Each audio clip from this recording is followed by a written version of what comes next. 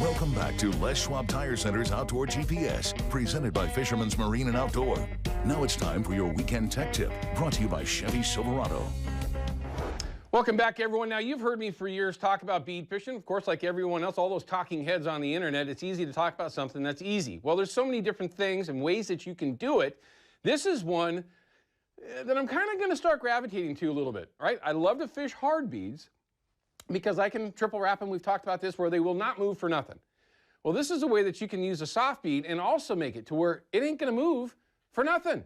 Okay, it's very, very important that that bead stays in one spot. Now, if it goes up and down your line, gets on the hook, it's just not fishing like it's supposed to. So this is actually not new. A loop knot, when you're referring to a bead, is not new at all. Okay, Mr. VIP, Pro Escobedo, was in here several years ago, and that was the first time that I saw it, and it is very popular. But I'm going to show you a couple of different ways. One that we showed last year was with this 14 millimeter bead.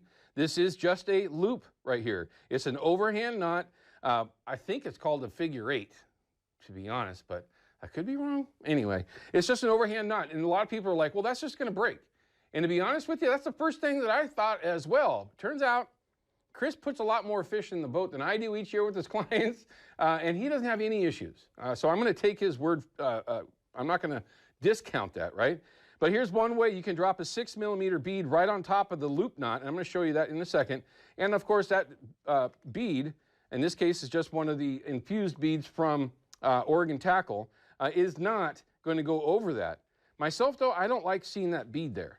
And that's just me, all right? It's just one of those things that just kind of jumps out at me. Here's one that Chris was showing us yesterday that I thought was pretty darn cool. Now, he was doing it with sequin, and I'm not a huge fan of sequin, all right? Now, there's reasons for that, right, wrong, and different. It doesn't matter. But these T-stops that Brandon has come up with for his soft beads over the years are phenomenal. And that's all I'm doing here is I'm just putting one of the T-stops that come in this little bundle. You can find them at Fisherman's Marine. When you buy some beads, you get this little bundle of T-stops. Those go on your leader. I'm going to slide this right down to my knot, okay, that I've already tied, loop knot, and it's tied 3-finger gap between the knot and, of course, now where that bead, or excuse me, where that T-stop is, and this is just a size 2 hook. Now, I'm a huge fan of smaller hooks when I'm fishing this way. One, they're not as grabby on the bottom, and you don't need a big hook when you're fishing a bead, in my opinion. I think a fish is better. But a size 2, a size 4 are pretty much all I use unless I get over 14. If I get into those monster beads that Brandon has come up with now, that, by the way, are extremely effective, 16s, 18s, 20s, 22s, 24s. I mean, they're this big, man. They do, you could get away with a little bit bigger hook then, but all this is, again, is just a loop knot. Now, I'm going to take this bead, and bear with me. Give me some timeline here, Ryan. Where are we at? Okay, so this is a soft bead from Oregon Tackle. This is one that I love, and they have taken off like crazy.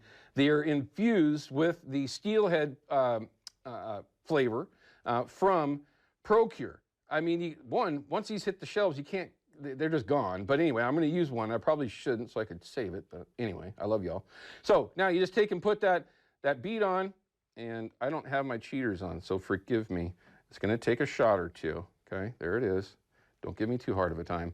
And then you just slide that thing on. Okay, now you've got your bead, your T-stop to the knot of your loop knot right here. Let's just do that real quick. Okay, this is a loop knot. You take your knot, or excuse me, your line. This is 10-pound P-line. You just get yourself a loop.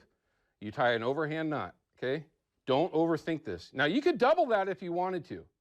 You could do 2 of them if you really wanted to, if it made you feel better. But that's it. That is your loop knot. And I've talked with Pro about it. I did yesterday with Chris. They have zero concern with it. And again, with their clients, they catch a lot more steelhead than I do. So until I'm proven wrong, it's pretty darn interesting and very simple. And now you end up with that T-stop, okay? Again, you can use sequin just like what Chris was using yesterday. You can use a bead like what I've got here. But once you put that on there, you just slide it down the bead over that T-stop, and sometimes you got to help it.